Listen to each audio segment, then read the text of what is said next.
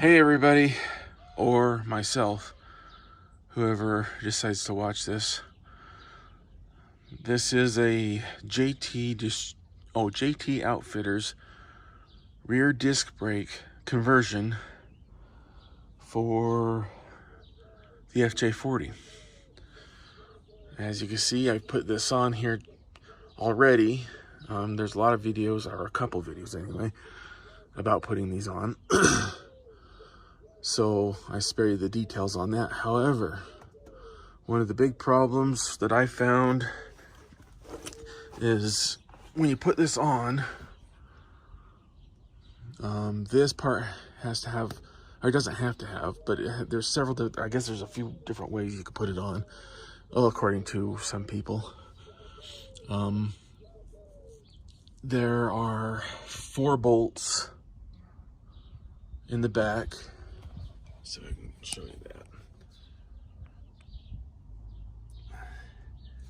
And if you put it on a different way, it's going to be maybe 3 bolts or something. You could put it up here, put it back here. In fact, the first time I had it on, I had it in the back, which I actually prefer, but it only was able to hold with 3 bolts, unless I wanted to cut into it and do some screwy stuff with it.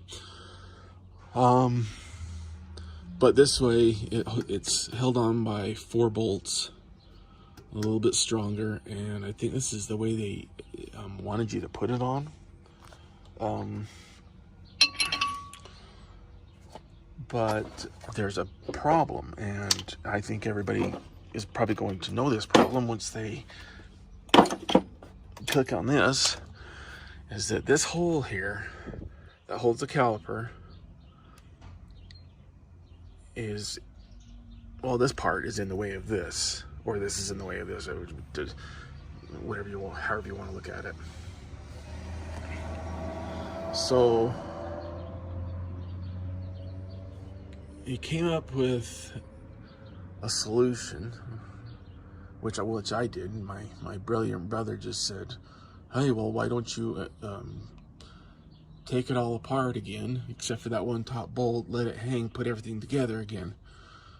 I was like, oh, duh, yeah, I guess that probably works. So I'm going to show myself, or maybe I'll upload this on YouTube, I don't know,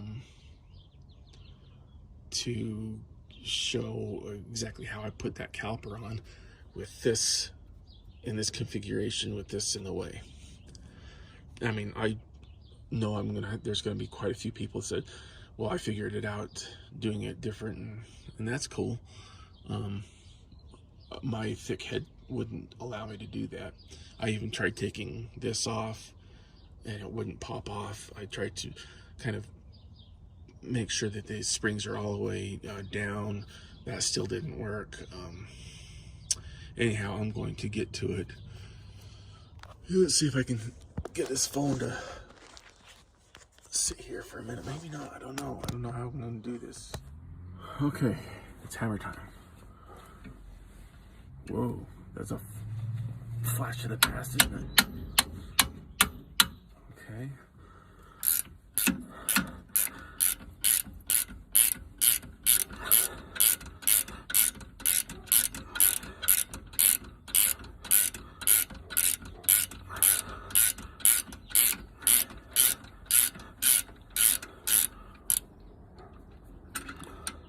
So there's also a question on whether these go on this side or this side. I mean, the instructions didn't really say very, I think I got some old instructions, because I've seen some on YouTube that other people use that looked much better. Unfortunately, I couldn't read them very well. I mean, the video quality and all that. So I had to stick with the ones they sent me, which were not very good. I mean, they were adequate. Well, not even adequate.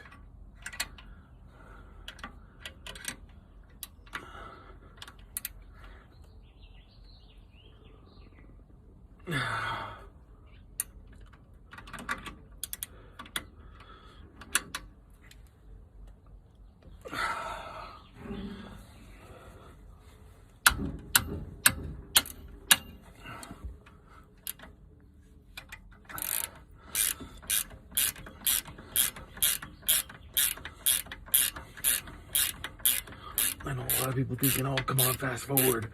Yeah, that's exactly what I would do. I'm just taking off nuts right now.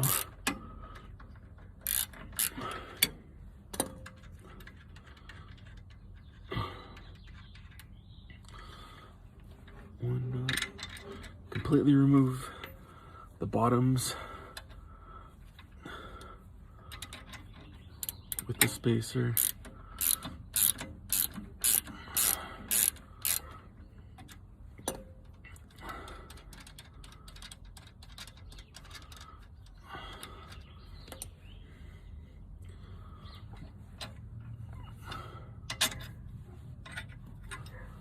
Spacer's not coming out yet.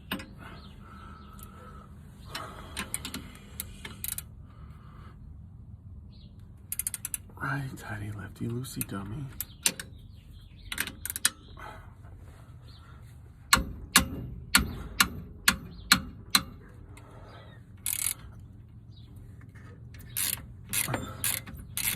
There, that shim dropped. So you don't want to remove the very top one.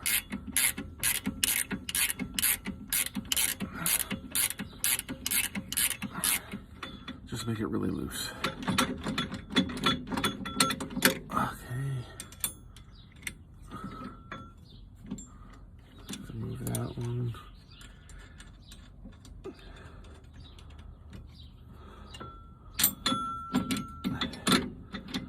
I guess it really doesn't matter which one you loosen, as long as you can move this around a little bit like that. Because now we've got to put the discs back on. Now I know a lot of people would be looking, hey, that one's a little bit short. Yeah, that's because I bought new studs, and they only came in a package of 10. They were like 20 bucks or, yeah, 20 bucks for 10. And I needed 24. And I sure as hell wasn't going to spend another, oh, I should have put that on, damn it. 20 bucks just for 4 extras, so. I mean, that gives a decent amount of bite. It's not what I want with, you know, with the longer ones. Okay, let's put these on. That just simulates the 1/4 inch spacer I'm putting on just for the fun of it, I guess. Okay. Now that's loose. So now we take our caliper, nice painted red that's going to scratch up and look terrible after a little bit, but I don't care. This is mainly a fun vehicle. I'll have to give you another video, a view of it. Okay, where the heck are my discs?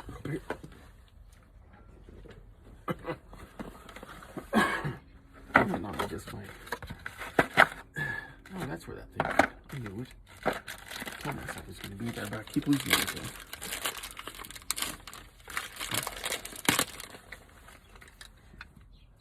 Don't blow away. Alright, then.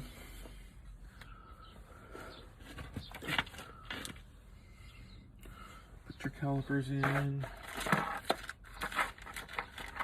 Put your discs in the calipers.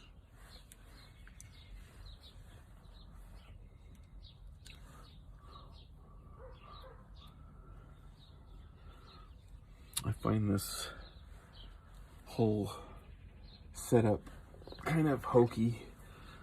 There is a company out there that I believe makes a 4-wheel disc brake conversion out of all Toyota parts, which I should have went with, but I had no idea that they actually did that until after I bought this. Let's remove those. I gotta remove those first.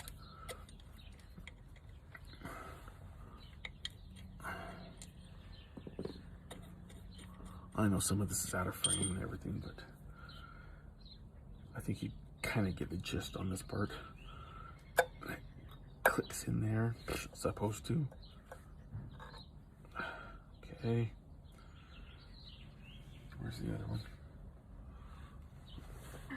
And this just sets in here. Like so. And now I can put these on here, sorta. So what I had to do, we're making sure that the bleeder valve is up, and that little banjo bolt part right here is down at the bottom. At least that's what everything's told me to do. Slide that in there, right where it's supposed to go. Come on. Well, that is up. Come on.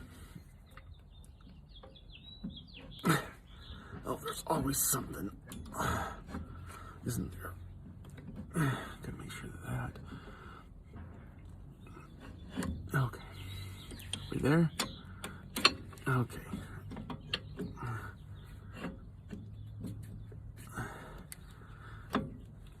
There's always something that I have to figure out. And you just kind of have to wiggle things around and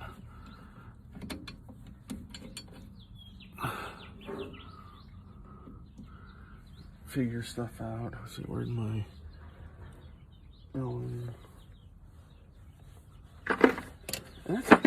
that's part of it. I think it takes me so long because I have to find all my tools again.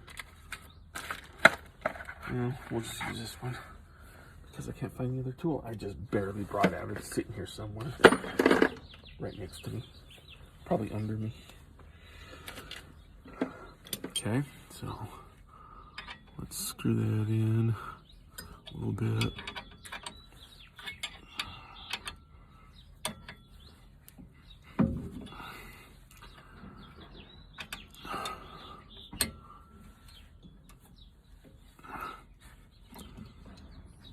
Okay, I think that's screwed a little bit. All right, now we're gonna work on the bottom. This is the part that everybody's had problems with because of this being in the way, that spring. So we'll take this and we'll move it up like that. Slide that in.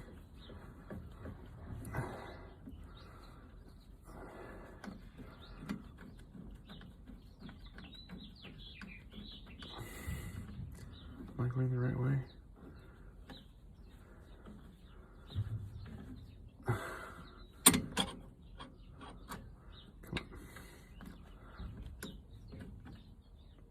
Oh no. Yeah. I think I am.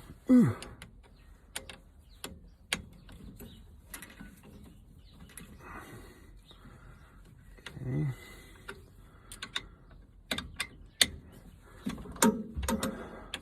Oh, for hell's sakes. Always something. The hell?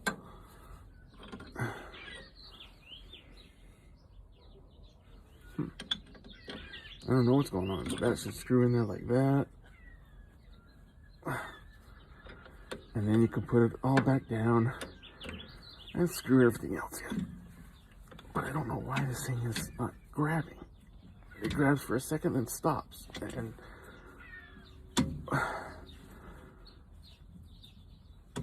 yeah, see that? What the hell's going on?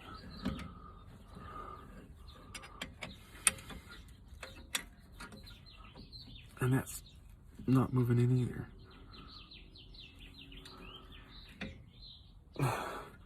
And it should be all going all the way in.